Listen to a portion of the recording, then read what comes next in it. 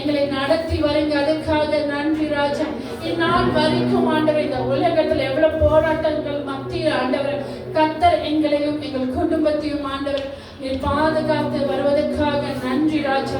இந்த போராட்டத்தையும் ஆண்டவரை நாங்கள் ஓட எங்களுக்கு கிருபையை கொடுத்து ஆண்டவரை உங்க பலனை கொடுத்து எங்களை நடத்தி வர்றதுக்காக நன்றி ராஜா. நன்றி நன்றி நன்றி ஆண்டவர். அப்பா நன்றி செலுத்துகிறோம் ஆண்டவர். இந்த கால வேலைக்காக நன்றி ராஜா. இந்த ஆராதனை உங்க காலத்துல ஒப்புக்கொடுக்கிறோம் ஆண்டவரே. மியூசிஷியனை ஒப்புக்கொடுக்கிறோம், பாடம் நடத்துற அடியனை ஒப்புக்கொடுக்கிறேன், பேக்கப் சிங்கரை ஒப்புக்கொடுக்கிறேன் ஆண்டவரே. வந்திருக்கிற உங்களுடைய பிள்ளைகளை ஒப்புக்கொடுக்கிறேன், ஊழியக்காரை ஒப்புக்கொடுக்கிறேன். எங்கள் ஒவ்வொரு மத்தியிலும் உங்க கரம் இருந்து எங்களை நடத்தும்படியா ஜெபிக்கிறேன் ஆண்டவர். இந்த நாளில் கொடுக்க போற வார்த்தைக்காக நன்றி ராஜா. நன்றி நன்றி. இந்த நாள் உள்ள வார்த்தை எங்களுக்குரியதாய் ஆண்டவரே, எங்க குடும்பத்துக்குரியதாய் எங்களை பலப்படுத்துற வார்த்தையால் ஆண்டவரே நாங்கள் இந்த வார்த்தையை பிடித்து நடக்கிற வார்த்தையால் ஆண்டவரை அதை பிடித்து ஓடுற வார்த்தையால் எங்களை நடத்தும்படியா ஜெபிக்கிறோம் ஆண்டவர். வந்திருக்கிற ஒவ்வொரு பிள்ளைகளும் ஆண்டவர் இயேசு கிறிஸ்து நாமத்தில் ஆசீர்வதிக்கிறேன் ஆண்டவர். இந்த ஆராதனை தொடக்க முடியும் நீரே தலையாய் இருந்து நடத்தும்படியா ஜெபிக்கிறேன் ஆண்டவர். ஊழியக்காரை ஒப்புக்கொடுக்கிறோம் ஆண்டவர். இதனால் அவருக்கும் நல்ல சுகத்தையும் பலனை கொடுங்க. அவர் உங்க மூலமா கொண்டு வர வார்த்தையை ஆசீர்வதித்து நடத்தினாங்க. நன்றி ராஜா. நன்றி செலுத்தி இயேசு பேர்ல கேட்டு ஜெபிக்கிறேன் நல்ல ஆமென் ஆமென். ஹalleluya. எல்லாரும் நல்லா இருக்கீங்களா? ஆமென் ஹalleluya. முதல் பாடலாக நன்றி பலிபீடம் கட்டுவோம் என்ற பாடலை உற்சாகமாக பாடுவோம். ஆமென் ஹalleluya. Thank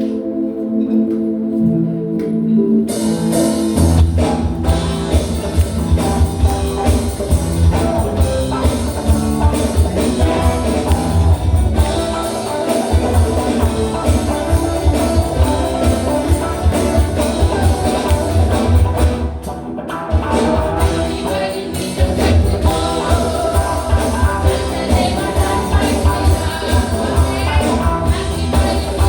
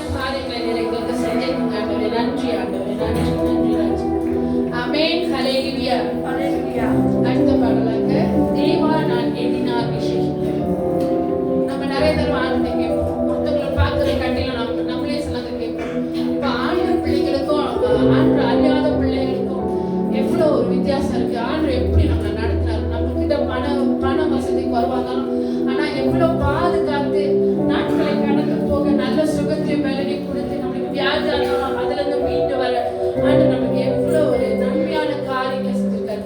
நம்ம எல்லாம் விசேஷித்தவர்கள். ஆமென். ஹல்லேலூயா. நன்றி. இந்த பாடலை உற்சாகமாக பாடுவோம்.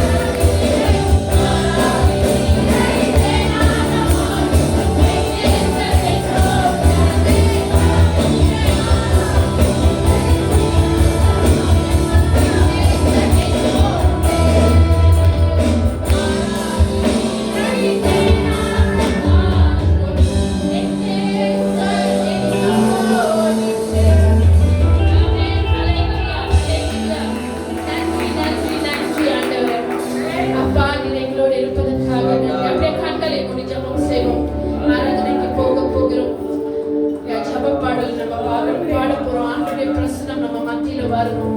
வார்த்தையை கேட்கும் போது அந்த வார்த்தை நம்ம காதுக்குள்ள போகாதபடிக்கு, பிசாசனம் நம்மளை தடை செய்யாதபடிக்கு, இருதயத்தில் அது நிற்காதபடிக்கு, பிசாசனம் நம்மளை தடை செய்யாதபடிக்கு, நம்ம இருதயங்களையும் நம்ம காதுகளையும் ஆண்டவர் அப்படியே வழி நடத்தணும்னு சொல்லி நம்ம ஜெபம் செய்வோம். ஆண்டவரே, அப்பா நன்றி நன்றி நன்றி ஆண்டவர். அப்பா உங்க கரம் வருவதாக ராஜா. ஹல்லேலூயா ஹல்லேலூயா ஹல்லேலூயா ஹல்லேலூயா. ஆவியானவரே, அப்பா கொண்டு எங்க மத்தியில நீங்க வாங்க ஆண்டவர். எங்களை நிரப்புங்க ஆண்டவரே. வார்த்தையை கேட்கும் போது எங்களை நிரப்புங்க. உங்க பிரசன்னத்தினால எங்களை நிரப்புங்க ஆவியானவரே. ஹல்லேலூயா. நன்றி நன்றி நன்றி ஆவியானவரே. ஹல்லேலூயா ஹல்லேலூயா. ஆவியானவரே, அனல் கொண்டு இருக்கிறோம். இந்த ஜெப பாடலை பாடுவோம். கர்த்தருடைய கரம் நம்ம மத்தியில வாங்க சேவாடும். ஆமென். ஹல்லேலூயா. உடைய பாத்திரத்தை அவர் நிரப்பட்டும். ஹல்லேலூயா. நன்றி நன்றி நன்றி.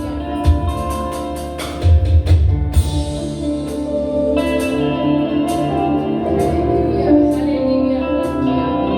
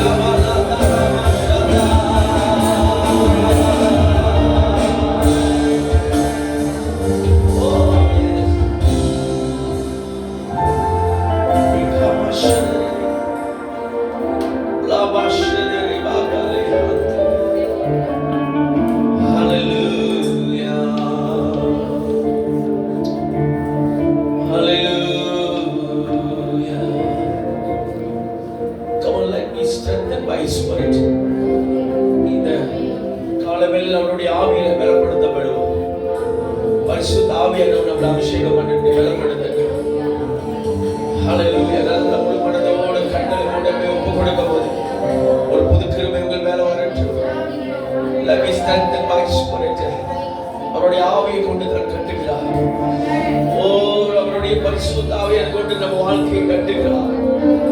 உள்ளான மனுஷனை கட்டுகிறார் தன்னுடைய ஆவியை கொண்டு.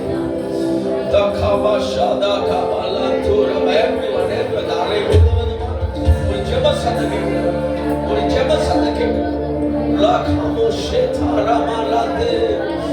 Oh yes, நீ ஜெபிக்கும் போது you are getting strengthened by him. அவருக்குள்ள வேறு ஊற்றப்பட்டவர்களா, விசுவாசத்துல பலனடைந்த பிள்ளைகளா, இந்த கடைசி நாட்களுக்கு வேண்ட சத்துவத்தின் வல்லமை, இந்த கடைசி நாட்களுக்கு வேண்ட சத்துவத்தின் வல்லமை. ஹalleluya ரபஷதர பலபல ராதபா கலதர பஷிதரி பலதர பலதா. இந்த காலவேளையில் ஆவியானவர் நம்மை நிரப்பற்று தேவாஷதே யதா ரகிபுஷதா.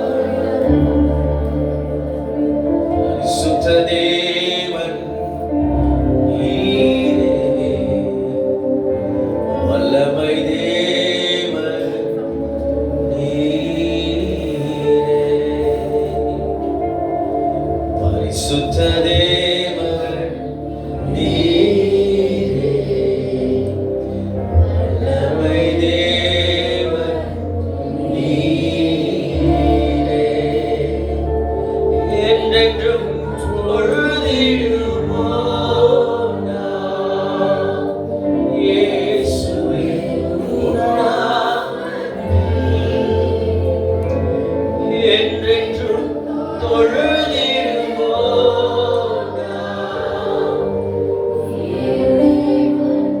நீராஜா என்று.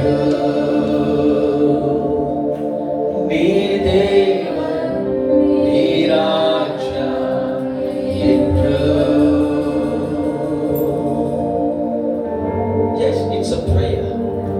You're calling the Holy One.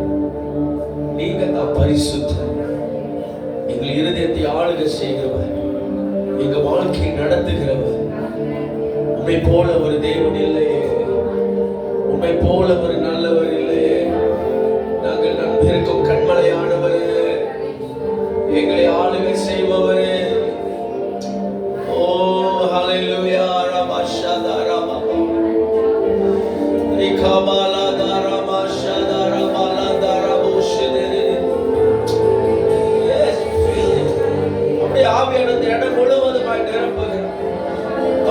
அப்படியே நீங்க இருதயத்துல இருந்து ஒரு worship. I just want you to worship him. It's not just a song. ஆவியானவரோட பேசுவது, கர்த்தரோட காலவேளையில பேசுவது. ஹalleluya ரபஷதா ரகபதரி பலதா லேதா ரபஷதா ரபலதா ரபலதா ரபஷதா ரபலதா ரபலதரி தேரியாதலா ஷிதரி.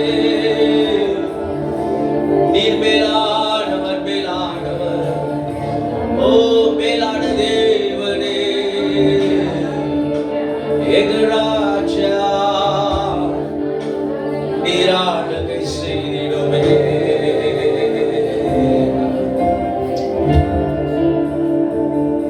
Thank you, Jesus. அப்பா, நாங்கள் காலவேளையில இந்த சமூகத்தில் எங்களை ஒப்பு கொடுக்கிறோம். தொடர்ந்து இந்த ஆராதனையில பரிசுத்த ஆவியானவரே நீர் இருந்து வழி நடத்துங்க.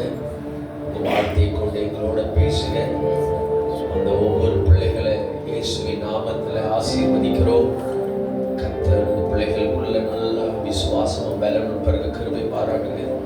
சுகத்தை கொடுங்க. உங்க கிருபையால மூடிக்கொள்ளுங்க சுவாமி. ஒரு பக்தி உள்ள ஒரு சந்ததிகள் எழும்புவதாக, ஒரு பக்தி உள்ள சந்ததி எழும்புவதாக கரத்திலே ஒப்புக்கொடுக்கிறோம். இயேசுவின் நாமத்திலே நாங்கள் ஜெபிக்கிறோம் எங்கள் ஜீவனுள்ள நல்ல பிதாவே. ஆமென், ஆமென். அது நல்ல ஒரு கரங்களை தட்டி நல்ல உற்சாகத்தோட தட்டிங்களேன். கர்த்தர் நல்லவர், அவர் கிருபை என்றும் உள்ளது. ஆமென். எல்லாரும் எப்படி இருக்கீங்க?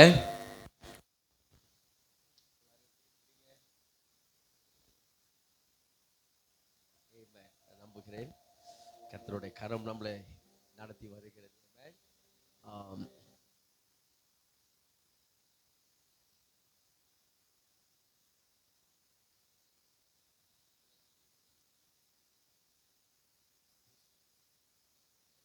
மாறாக நம்ம இன்றைக்கு மாற்றி வைத்தோம். திருமணம் நடந்ததுனால பாஸ்டர் ஆரம்பத்தில் வைத்திருக்கிறோம்.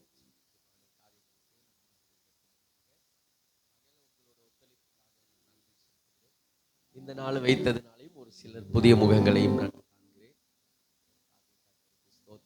ஆமென்.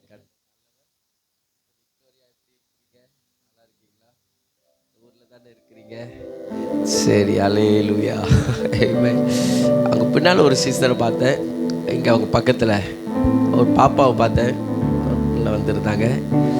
அப்படியே சின்ன. ஆமா, நீங்க தான். அவங்களுக்கு ஒரு கை தட்டு கொடுங்க. இயேசுவின் நாமத்தில் உங்களை வர வைக்கின்றவர். கர்த்தர் நல்லவர். சரி, இந்த நாளில் தொடர்ந்து கர்த்தருடைய வார்த்தைக்குள்ளே நாம் கடந்து வருவோம். பாஸ்டர் உங்களோட இந்த புதிய மாதத்தில் நம்ம பில்டிங் ஸ்ட்ராங் ஃபவுண்டேஷன், ஒரு என்னது பலமான ஒரு அஸ்திவாரத்தை நாம் கட்ட வேண்டும் சொல்லி நம்ம தியானித்து வருகிறோம். கடந்த வாரமும் உங்களுடைய சிஸ்டர் ஜெபத்தை கொடுத்து உங்களோட பேசியிருக்கிறாங்க. ஜெபத்தில் ஒரு நல்ல ஒரு அஸ்திபாரத்தை போட்டு நாம் கட்டி எழும்ப வேண்டும். இன்றைக்கு அப்படியாகவே அதே ஒரு வடிவத்திலே அதே ஒரு நிலையிலே நம் கர்த்தரோட வார்த்தையை நாம் தியானிக்க போகிறோம். Building strong foundation. இன்னைக்கு நம் வாழ்க்கைக்கு நல்ல ஒரு அஸ்திபாரத்தை கட்டி அமைப்பது மிக முக்கியமாக இருக்கிறது. அல்லேலூயா. இந்த கடைசி நாட்கள் தேவ பிள்ளைகளுக்கு தேவன் நம்மளை இன்றைக்கு விசேஷமாக தன் பரிசுத்த ஆவியானவரை கொடுத்திருக்கிறார். அவருடைய ஆவியானவரை கொண்டு நம்மளுடைய அஸ்திபாரத்தை, நம்ம வாழ்க்கையின் அஸ்திபாரத்தை நாம் கட்டி அமைத்து கொள்ளணும். இன்றைக்கி நம்ம வாழ்க்கையை கட்டாவிட்டால் நம்மளுடைய வாழ்க்கை சிதறடிக்கப்படும். நம்ம வாழ்க்கையில் நல்ல ஒரு அஸ்திபாரம், ஒரு பில்டிங்க்கு, ஒரு கட்டடத்துக்கு அஸ்திபாரம் மிக முக்கியம். ஆமென். அப்போ அந்த அஸ்திபாரம் அது சரியாக இல்லாவிட்டால் அந்த கட்டடம் நிலைத்து இருக்க முடியாது. அந்த கட்டடத்தோடைய அந்த ஸ்ட்ராங்னஸ் இருக்காது, பலன் இருக்காது. அப்போ அந்த கட்டடம் சில நாட்களுக்குள்ளே அது விழுந்துடும், அது உடைஞ்சி இடிந்து விடும். அப்படியாப்பட்ட ஒரு சூழ்நிலைகள் உண்டாகும். அப்போ ஆண்டவர் இன்றைக்கு நம்மளுக்கு கூட ஒரு கட்டிடத்துக்கு ஒப்பாக இன்றைக்கி என்ன செய்ய பார்க்குற, அவருடைய ஆவியை ஊற்றி நம்ம நல்ல ஒரு அஸ்திபாரத்தை போடணும். அப்போ இந்த அஸ்திபாரத்தை யார் மேலே கட்டுவது? How you going to build your foundations? எவ்வாறு இந்த அஸ்திபாரத்தை நீங்கள் கட்டணும்?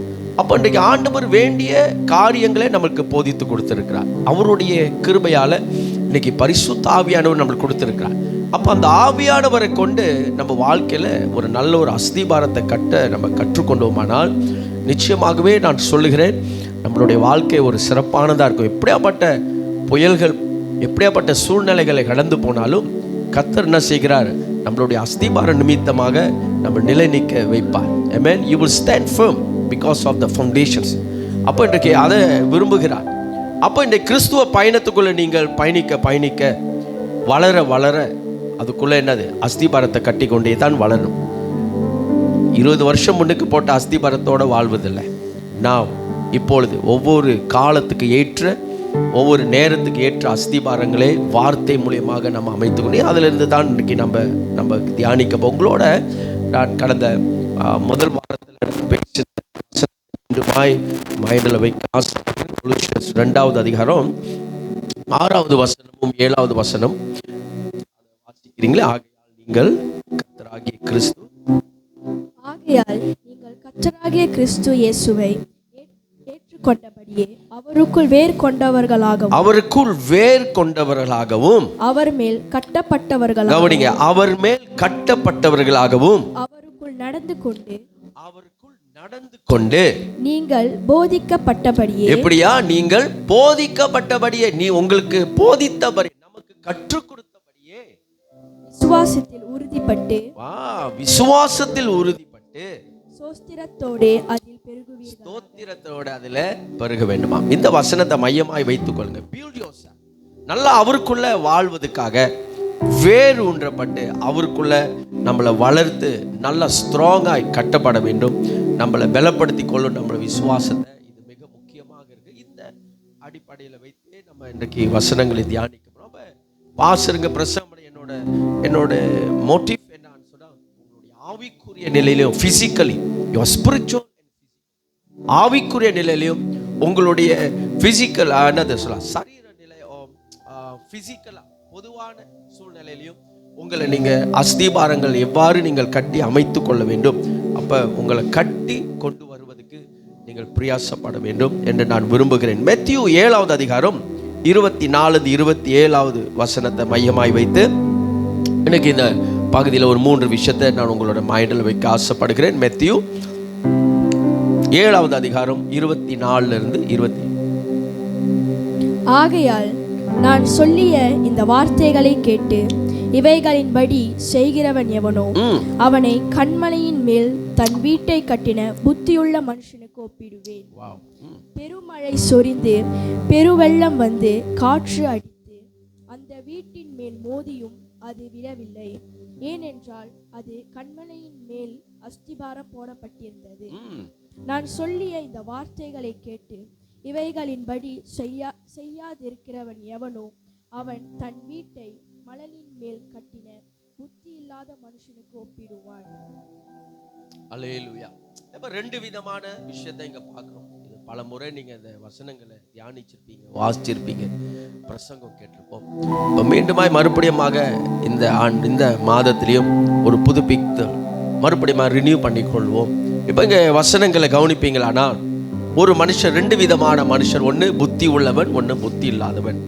அப்போ ஒரு நல்ல அஸ்திபாரத்தை கற்றுக்கொண்ட மனுஷனை புத்தி உள்ளவன் என்று இயேசு சொல்லும் போது அழகா ஆண்டவர் அதை சொல்லுகிறார். அப்போ நம்மளுடைய ஆவிக்குரிய வாழ்க்கையை நல்லா கட்டி அமைத்து கொண்டு வருகிறவன் ஒரு புத்தி உள்ளவனாக இருப்பான். ஆவிக்குரிய வாழ்க்கையை கட்ட தெரியாதவன், கட்ட முடியாதவர்கள் புத்தி இல்லாதவர்கள் என்று ஃபுலிஷ்மேன் அவனுக்கு ஒப்பாக சொல்லுகிறார். அப்போ இதை சொல்லும் போது ஆண்டவர் ரொம்ப அழகா ஒரு பில்டிங்கை, ஒரு கட்டடத்தை ஆண்டவர் நம்மளோட மைண்ட்ல கொண்டு வர. ஏன்னா நம்மளுக்கு ஈஸியா அந்த பேரபிள்ஸை விளங்கிக் கொள்ள, இந்த ஓமியம், இந்த கதையை, இந்த காரியங்களை விளங்கிக் கொள்வதற்கு ஒரு மெத்தஃபோ. அப்ப இந்த மெத்தஃபோ இதுல பில்டிங் ஆண்டிருக்கும். அப்ப பில்டிங் ஒரு கட்டடத்தை நல்ல அஸ்திபாரம் போட்டு கல்பாறை மேல கட்டப்பட்டதாக, சாலிட் கான்கிரீட்ல நல்ல ஒரு சிமெண்ட் கான்கிரீட் உள்ளுக்கு ஸ்ட்ராங்கா போட்டு கட்டப்பட்டு இருக்குன்னா அது எதற்கும் அசையாது.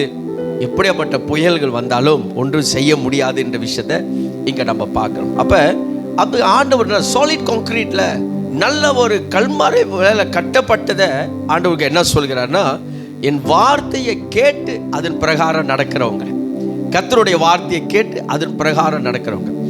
ரொம்ப சிம்பிளான ஒரு இன்ஸ்ட்ரக்ஷன் தான் ஆண்டவர் கொடுத்திருக்கிறார். ஒரு ஃபவுண்டேஷன், நல்ல ஸ்ட்ராங் ஃபவுண்டேஷன் லைஃப்ல போடுறதுக்கு நீங்க கேட்டு அது பிரகாரம் செஞ்சா போதும், எல்லாமே சரியா வந்துடும்.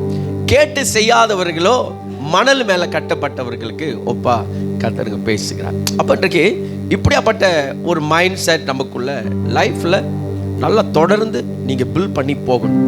அப்ப நல்லா இந்த அஸ்திபாரத்தை போட தெரிந்த பிள்ளைகள் பார்த்தீங்களா, அவங்க சும்மா அசால்ட்டா தன் வாழ்க்கையை அவங்களோட கர்த்தருக்குள்ள அப்படியே கிருபை மேல கிருபை, தயவு மேல தயவு பெற்று ரொம்ப அழகா தன் வாழ்க்கையை போவாங்க. எந்த ஒரு எந்த ஒரு பயமும் இல்லாத, திடல் இல்லாத, எந்த ஒரு எதை குறித்துக்கும் கவலைப்படாம நல்லா அவர்களால் முன் செல்ல முடியும். But when you are not built your foundations, உங்கள் அஸ்திபாரத்தை கட்ட தெரியலன்னு சொன்னா அவர்கள் ஒரு பயத்தோட லைஃப் போயிட்டு இருக்கும். இன்னைக்கு நம்ம வாழ்க்கையை, நம்ம லைஃப்பை கொஞ்சம் சோதித்து பார்ப்போம். there is a fear in you. உங்களுக்குள்ள ஒரு பயம், ஒரு சூழ்நிலை, ஏதோ ஒன்று உங்களை அப்படியே நெருக்கி கொண்டே இருக்கிறதா? ஏதோ விதமான ஒரு அவநம்பிக்கை நெருக்கி கொண்டு இருக்குதா? ஏதோ ஒரு விஷயம் உங்களை தாக்கி கொண்டு இருக்கிறதா? Something that you cannot over come பண்ண முடியாமல் போயிருக்கு அப்படின்னா அந்த ஃபவுண்டேஷனில் எங்கேயோ ராங் ஆகுது, அந்த மிக்சிங்கில் எங்கேயோ ராங் ஆகுது, அந்த சாலிட் கான்கிரீட் கட்டக்கூடியதில் ஏதோ ஒரு மிஸ்டேக் ஆகுது. யோசித்து பாருங்க, இன்னைக்கு நம்ம ஹைவே சிஸ்டம்ஸ்லாம் நம்ம பார்க்குறோம். நம்மளுடைய சிட்டி, நம்மளுடைய தேசத்தில் ஹைவே சிஸ்டம், நீ கேரளா போனீங்களாக்கா கீழே கிரவுண்டில் இருக்கும், மீடில் இருக்கும், மேலே இருக்கும். அப்படி தான் நீங்கள் கேரளா போனால் தெரியும் உங்களுக்கு. 3-4 இது இருக்கும். இப்போ அரசாங்கத்தில் உள்ளக்கூடிய அந்த இன்ஜினியர்ஸ் எல்லாம் அவங்களுக்கு சரியாக அந்த அஸ்திபாரத்தை போட்டு அந்த அந்த ரோடு அந்த பிரிட்ஜ் கட்ட தெரியலன்னு சொன்னால், அந்த பாலத்தை கட்ட தெரியாமல் இருந்தால் என்ன ஆகும்னு நினைக்கிறீங்க? மேலே உள்ள கட்டடம் இடிந்து கீழே இடிந்து பல சேதங்கள், பல உயிர் சேதங்கள் உண்டாகும். அந்த மாதிரி பல சேதங்கள் தேசத்திலே உண்டாகி இருக்கிறது. கட்டடங்கள் கட்டும் போது, பெரிய பெரிய கொண்டோமினியம் கட்டும் போது, சில சூழ்நிலைக்கு அவங்களுடைய அந்த அஸ்திபாரத்தில் சில மிஸ்டேக் நடக்கும்போது அந்த கொண்டோவை அப்படியே இடிந்து உழுவக்கூடிய சூழ்நிலைகள். அப்போ இன்னைக்கு தேவன் நமக்கு அந்த மாதிரியான ஒரு அழிவு ஏற்படக்கூடாது நம்ம வாழ்க்கையில். ஏன்னா இது ஸ்பீக் அபவுட் யுவர் ஜெனரேஷன். இன்னைக்கு இந்த பேசப்படுகிற இந்த விஷயங்கள் நமக்கு மட்டும் இல்லை, இது உங்களுக்கு மட்டும் இல்லை, உங்கள் பிள்ளைகளுக்கு, உங்கள் பிள்ளைகளுடைய பிள்ளைகள், தலைமுறைக்கு ஆண்டவர் இதை பேசுகிறார். 2000 வருஷத்துக்கு முன்னாடி இயேசு கிறிஸ்து இதை சொல்கிறார். இந்த கட்டடத்தை, இந்த எப்படியாப்பட்டவன் இவன் கட்டுகிற ஒவ்வொரு மனுஷனும் தன் வாழ்க்கையை கட்டுகிற விதங்களை ஆண்டவர் பேசுகிறார். தன்னுடைய குடும்பத்தை கட்டுகிற விதங்களை கர்த்தர் பேசுகிறார். இது வரும்போது எனக்கு ஒரு நினைவு வருகிறது, பாபேல் கோபுரத்தை ஒரு நினைவு வருகிறது. when people அந்த நாட்களில் ஆண்டவர் படைத்த ஆதாம் ஏவாள் மூலியமாய் வந்த அந்த தலைமுறைகள், அந்த ஜனங்கள், அவர்கள் ஒரு நிமிஷம் அவர்களுடைய வளர்ச்சியில், மொழிகளில் எல்லாத்திலையும் வளரும் போது அவர்கள் பெரிய ஒரு கோபுரத்தை கட்ட ஆரம்பிக்கிறார்கள். they start building Babel. Genesis ஆதியாகமம் 11வது அதிகாரத்தில் நீங்க கவனிக்கலாம். அவங்க they start building இங்க ஒரு கட்டடத்தை, ஒரு டவர், பெரிய ஒரு பாபேல் கோபுரம் கட்டுறதுக்கு முன் வந்துட்டாங்க.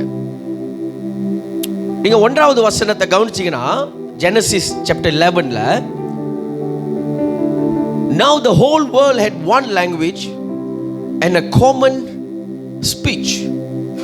As people moved eastward, they found a plain in Shinar and settled there. Wasima 1வது வசனத்தை வாசிமா. பூமி எங்கும் ஒரே பாஷையும் ஒரே விதமான பேச்சும் இருந்தது. ஜனங்கள் கிழக்கிலிருந்து பிரயாணம் பண்ணுகையில் சீனேயர் தேசத்தில் சமபூமியை கண்டு அங்கே கூடியிருந்தார்கள். அப்பொழுது அவர்கள், நாம் செங்கல் அறுத்து அதை நன்றாய் சுடுவோம் வாருங்கள் என்று ஒருவரோடு ஒருவர் பேசிக்கொண்டார்கள். கல்லுக்கு பதிலாக செங்கலும் சாந்துக்கு பதிலாக நிலக்கிலும் அவர்களுக்கு இருந்தது. பின்னும் அவர்கள், நம் பூமியின் மீதெங்கும் சிதறி போகாதபடிக்கு நமக்கு ஒரு நகரத்தையும் வானத்தை அளவும் சிகரம் உள்ள ஒரு கோபுரத்தையும் கட்டி நமக்கு பேர் உண்டாக பண்ணுவோம் வாருங்கள் என்று சொல்லி. இதுல ஒரு முக்கியமான ஒரு விஷயம் பார்த்தீங்கன்னா, அந்த கோபுரத்தை அவர்கள் கட்டும் போது அவர்களோட நாலேஜ்ல வளர்ந்துருந்தாங்க, விஸ்டம்ல வளர்ந்துருந்தாங்க, அவங்களுக்கு ஒரு மொழி கொடுக்கப்பட்டது, ஞானத்துல வளர்ந்துருந்தார்கள்.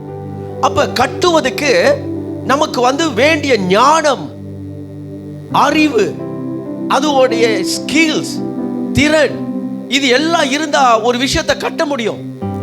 ஆனா அதை கட்டும் போது அவர்களுக்குள்ள வந்த அந்த பெருமை, அவர்கள் கட்டி பாபேல் கோபுரம் போக வசனம் சொல்லுது, அந்த 5வது வசனம், but the Lord came down to see the city and the tower the people were building. அந்த ஜனங்கள் கட்டி கொண்டு இருக்கிற அந்த கோபுரத்தை பார்க்க முடியாது, தேவன் இறங்கி வந்து பார்க்கிறார். ஆனா அவர்களுக்குள்ள ஏதோ ஒரு பிரச்சனை, அந்த ஜனங்களுக்குள்ள மேபி their pride, அவர்களுடைய பெருமை.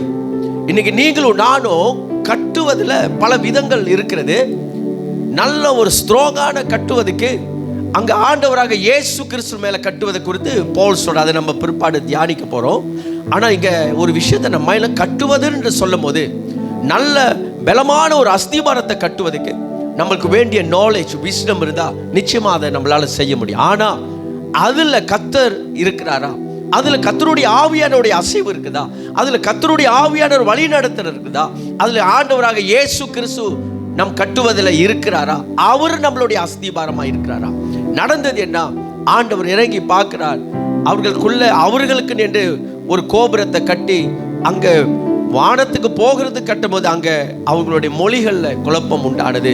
அது அப்படியே நிறுத்தி விட்டது. அப்ப இந்த கட்டுவதில் சில வேளையில நம்மளுடைய பெருமைனாலும் நம் சுயத்தினாலும் கட்டும் போது அதுல சில சேதங்கள் உண்டாக ஆரம்பம். இப்ப இன்றைக்கு நம்ம தியானிக்க போகிறது, ஆண்டவராக இயேசுடைய வார்த்தையை வைத்து ஒரு மனுஷன் தன் வாழ்க்கையை, தன்னுடைய ஆவிக்குரிய வாழ்க்கையை கட்ட அவன் கற்றுக்கொண்டானா அது என்றென்றைக்கும் நிலைத்து இருக்கக்கூடியதாயிருக்கும். அது பாதியிலே நிற்கப்படாது. பாபேல் கோபுரம் கட்டிக்கொண்டே போகிறாங்க, அது நின்று விட்டது, அதோட சரித்திரம் முடிந்தது. ஆனா நான் சொல்றேன், ஒரு மனுஷன் கிறிஸ்து மேல தன்னுடைய வாழ்க்கையை கட்ட ஆரம்பித்தானா, கிறிஸ்து மேல தன்னுடைய ஆவிக்குரிய வாழ்க்கையை கட்ட ஆரம்பித்தானா, கிறிஸ்து மேல தன்னுடைய குடும்பத்தை கட்ட ஆரம்பித்தானா, அது தலைமுறைக்கும் அது ஆசீர்வாதமாக இருக்கக்கூடியதா இருக்கும். அல்லேலூயா. அப்ப இந்த நாள்ல தேவன் நமக்கு இந்த கட்டுவதை குறித்து சொல்லும் போது இங்க அவர் மேல கட்டுவதற்கு ஆண்டவர் விருப்பப்படுகிறார். வசனத்தை வாசித்தோம். அங்க everyone then who hears these words of mine, என் வார்த்தையை கேட்டு அதன் பிரகாரம் கட்டுகிறவனோ எப்படி இருக்கிறாடா, ஒரு கண்மாலை மேல கட்டப்பட்ட ஒரு புத்தி உள்ள மனுஷனா இருக்கிறான். அப்ப a man of wise and built on the rock. இன்னைக்கு அது ஆண்டவர் நம்மகிட்ட எதிர்பார்க்கிறார். இது சொல்லும் போது ஒரு 3 பேரை உங்களுடைய முன்பதாக உதாரணமாக வைத்து நாம் இந்த வார்த்தையை நாம் தொடங்க போகிறோம். இங்க 1வது மனுஷன் இந்த கட்டுவதில் நான் பார்த்ததுல ஒரு சிறந்த ஒரு அமைப்பு அவன் உண்டாக்கி கொள்ளக்கூடிய ஒரு கிருபை நோவா என்ற தேவனுடைய தாசன், தேவ மனுஷன்.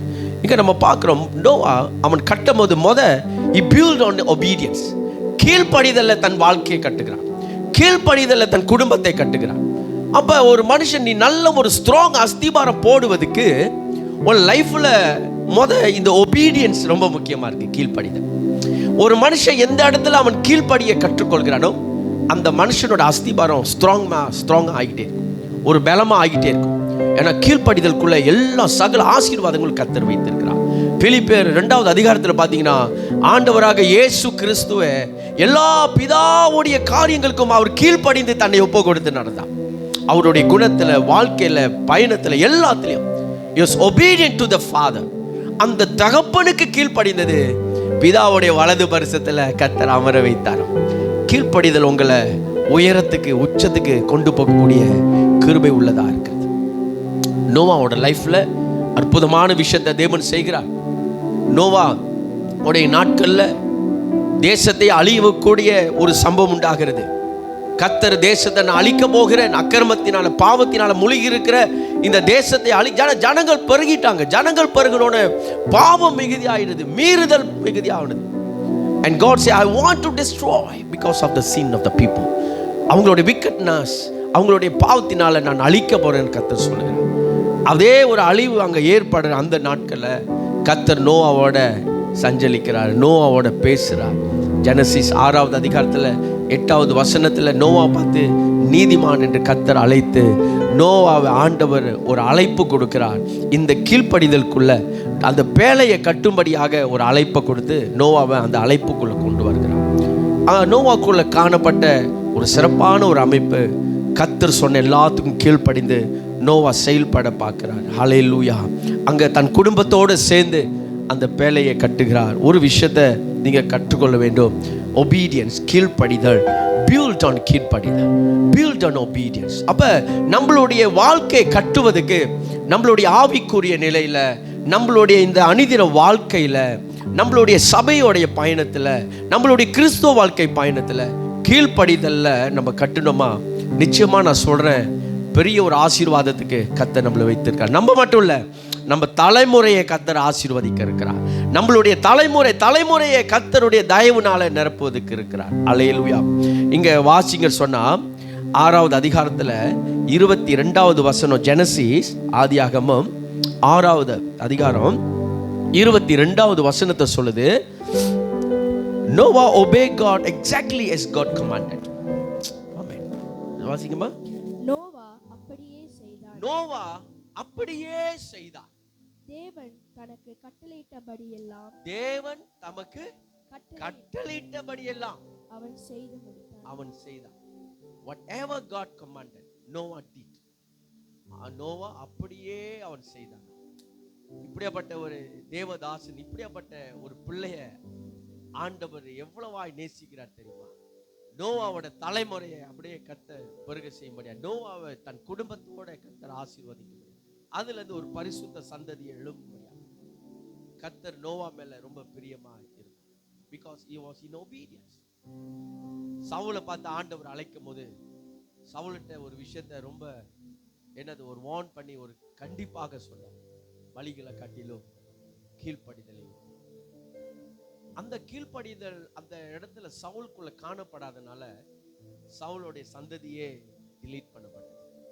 சவுலோடைய சந்ததியே அப்படியே ஆண்டவர் எடுத்து அந்த ராஜத்துவத்துக்குள்ளேயும் தேவ கிருபைக்குள்ள பெருக முடியாமல். It's because of the obedience.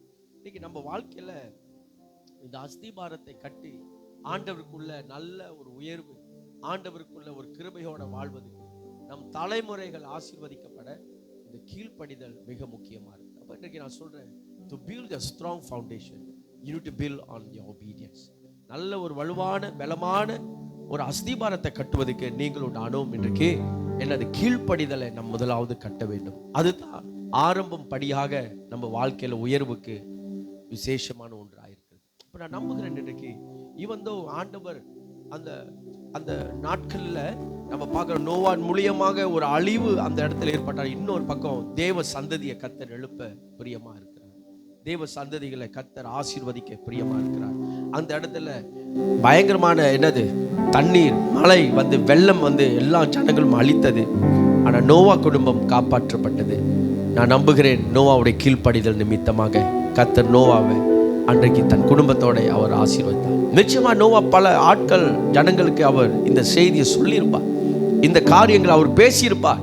அப்படின்றால் அவர்கள் ஒவ்வொருத்தரையும் ஒரு கீழ்ப்படிதலுக்குள்ள கொண்டு வருவதுக்கு பிகாஸ் ஆஃப் டிஸ்ஒபீடியன்ஸ் அவர்களுடைய கீழ்ப்படியாமல் அவர்கள் வாழ்க்கையில அவர்கள் இந்த வாழ்க்கையை அவர்கள் இழந்து விட்டார்கள், இந்த கிருபையை அவர்கள் இழந்து விட்டார்கள். அப்ப நான் சொல்றேன், இன்னைக்கு obedience to God is the foundation of your stability.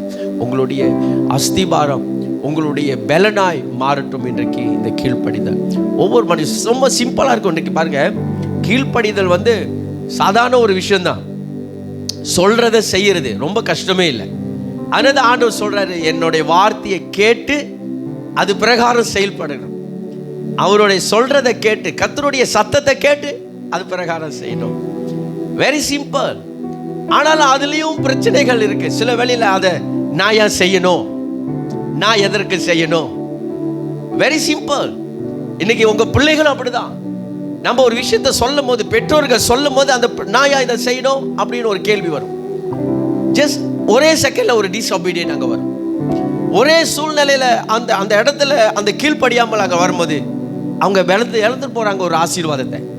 They don't know what going to happen. அது கீழ்ப்படிந்தா என்ன நடக்கும்னு தெரியாமல் ஒரு அறியாமல் சூழ்நிலையில இழந்து போவாங்க. அல்லேலூயா.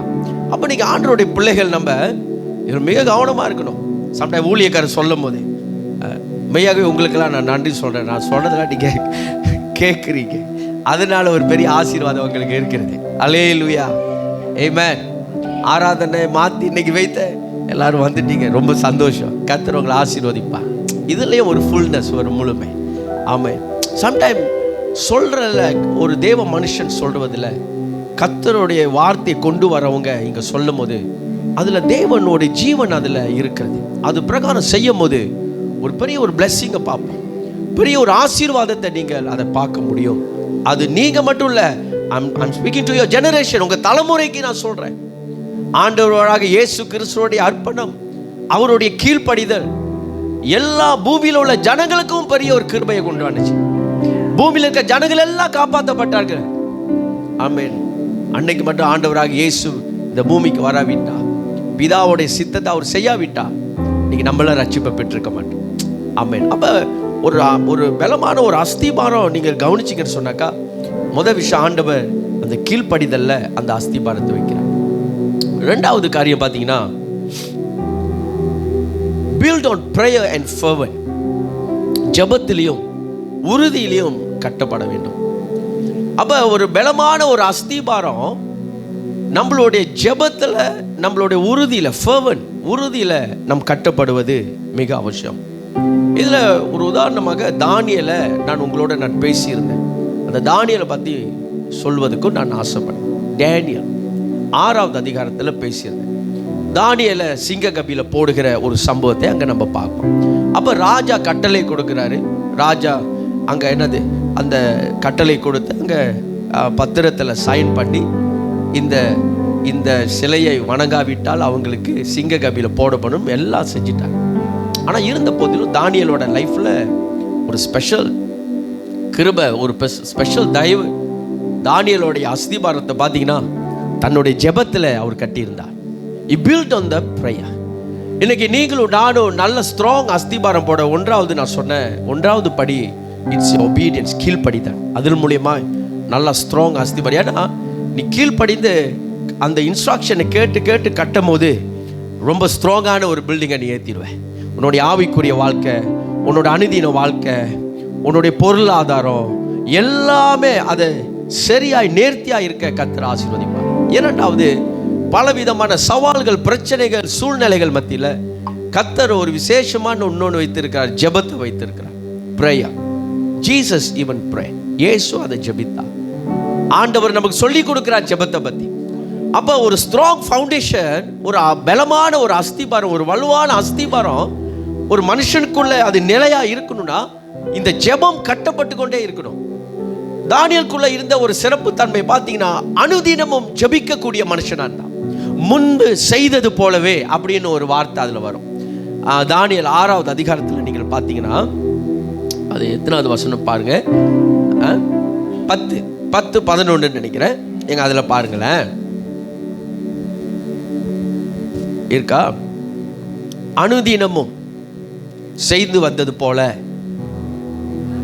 தானியேல் என்னதான் வாசிக்கிறேன். தானியேலோ வென்றால் அந்த பத்திரத்திற்கு கையெழுத்து வைக்கப்பட்டது என்று அறிந்து போதிலும் தன் வீட்டுக்குள்ளே போய் தன் மேல்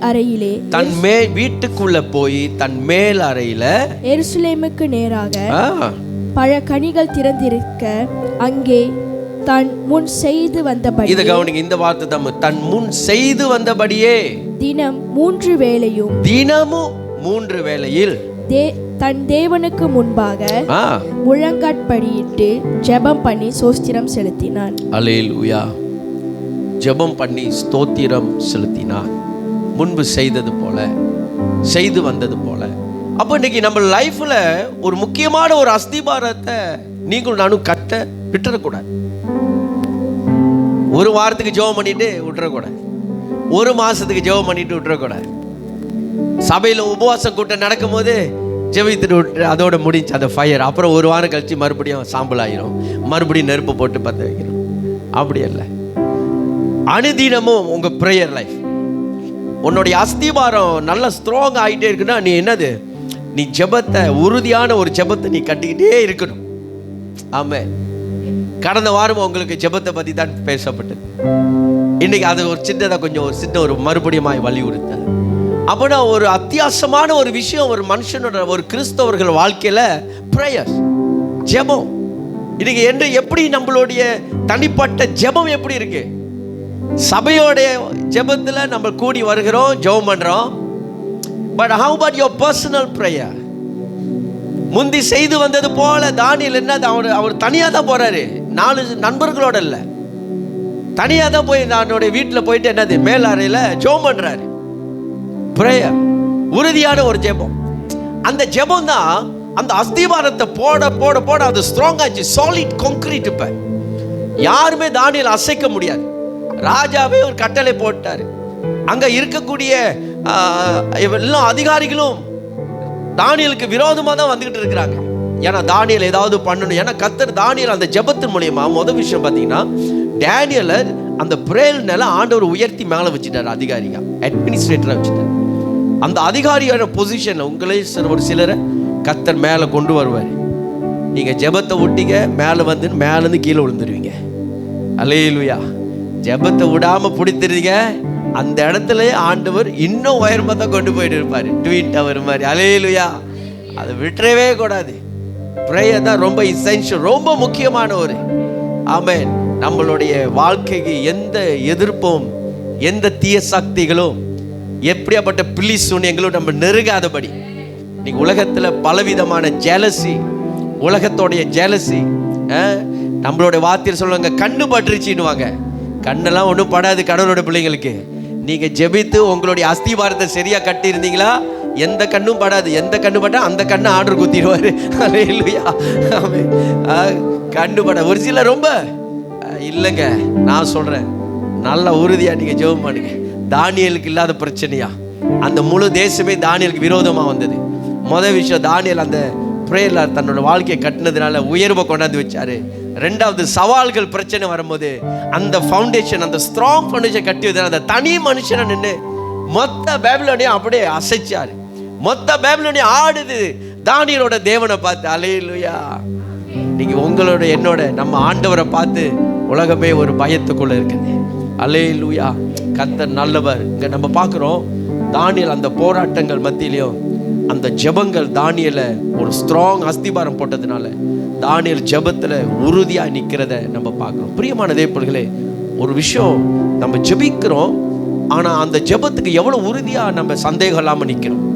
இன்னைக்கு ஒரு பெரிய ஒரு கேள்வி. தானியலை நான் சொல்றேன், தானியலை வைத்து சிங்க கபியில போட போகிற சட்டம் வெளியாயிட்டது.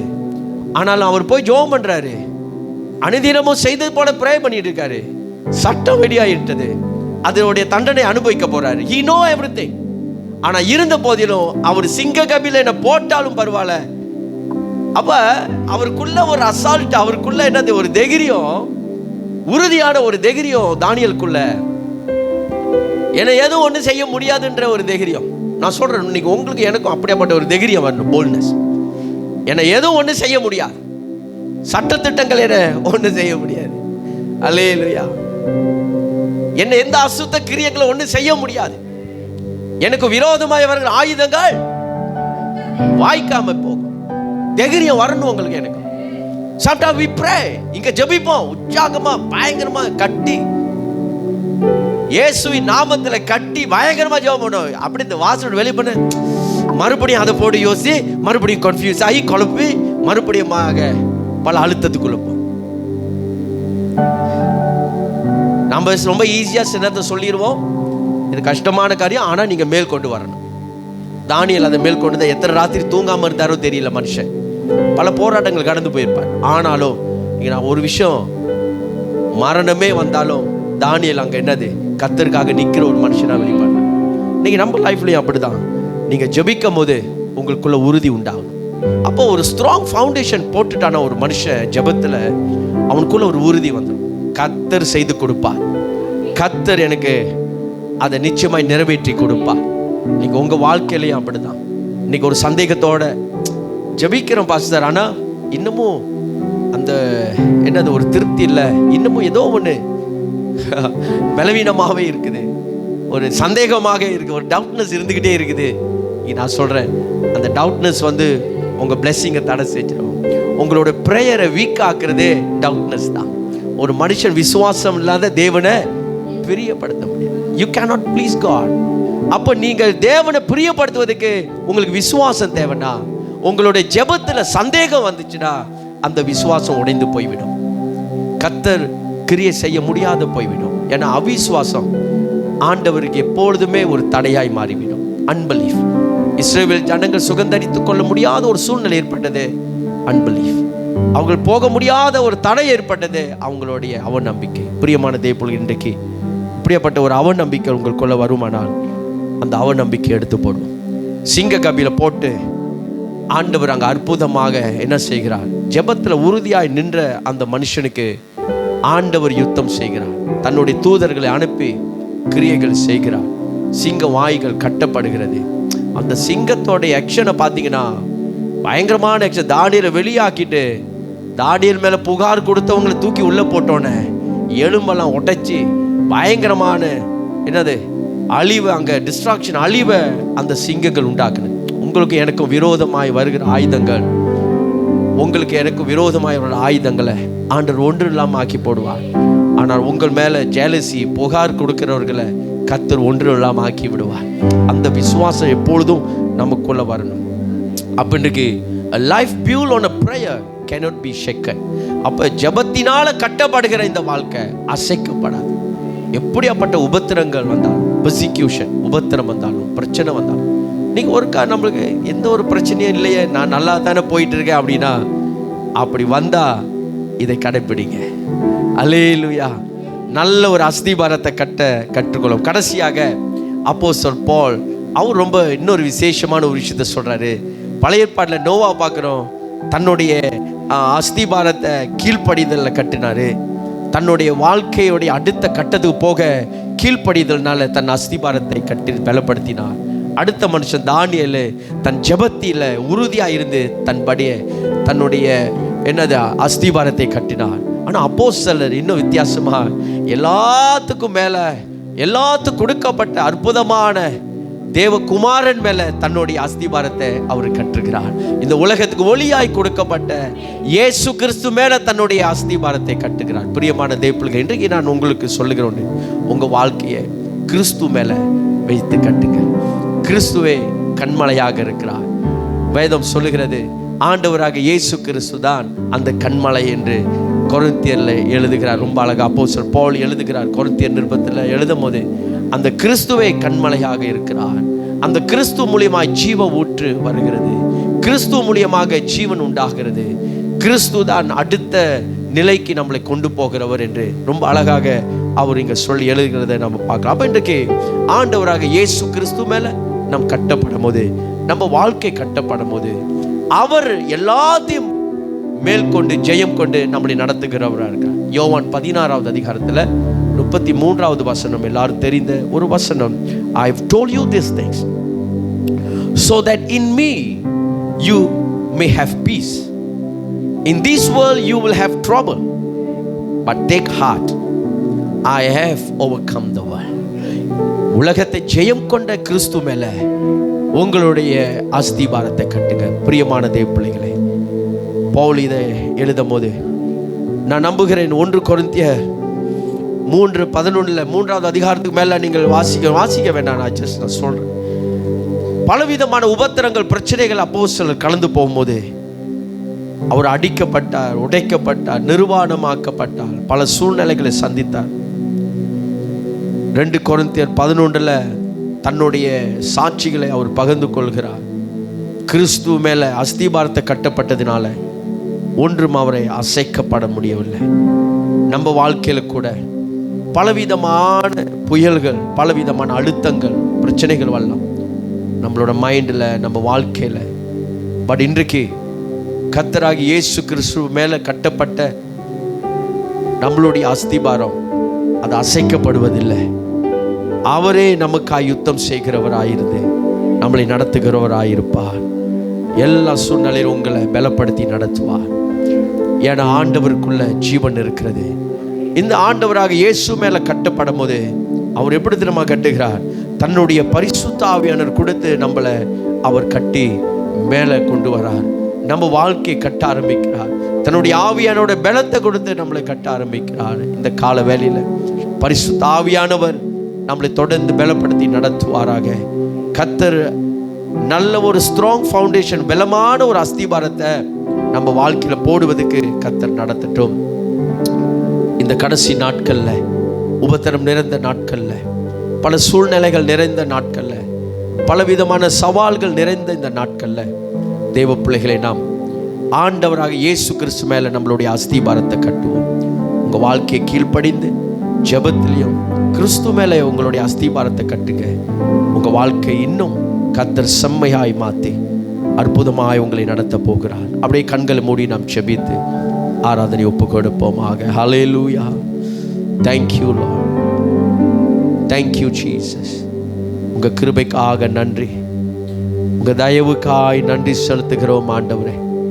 இந்த கால வேளையில் உங்களுடைய அற்புதமான கரம், பில்டிங் ஸ்ட்ராங் ஃபவுண்டேஷன், ஆண்டவர் இதை எதிர்பார்க்கிறார் நம்ம வாழ்க்கையில். நீங்கள் புயல் அடித்தா பல பிரச்சனைகள் சூழ்நிலைகள் வந்தால் விழுந்துடக்கூடாது, சோர்ந்து போகக்கூடாது. மணல் மேல கட்டப்பட்ட வீடை போல பலவீனமா இருக்கக்கூடாது ஆண்டவர் விருப்பப்படுகிறார். That's why God want you to build back.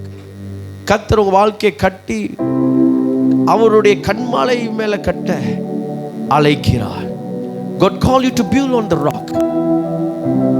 Oh yes. உங்களுடைய வீடு ஒரு எக்ஸாம்பிள். உங்களுடைய வீடு எவ்வாறு அது அவ்வளோ ஒரு சாலிட் கான்கிரீட்ல பலமாய் கட்டப்பட்டு இருக்கிறதோ, அதே போல உங்களுடைய வாழ்க்கை, நம்மளுடைய வாழ்க்கையும் அப்படித்தான் கட்டும்படியாய் விருப்பப்படுகிறார். சோர்ந்து போக வேண்டாம். கர்த்தருடைய ஆவியானவர் நம்மளை தொடர்ந்து பலப்படுத்தி நடத்துவாராக. அப்படியே எழுந்திருந்து ஜெபத்தில் நம்ம ஒப்பு கொடுப்போமாக. Oh thank you Jesus. Shakarama Rayanda Rama Mama, building strong foundations. Oh yes.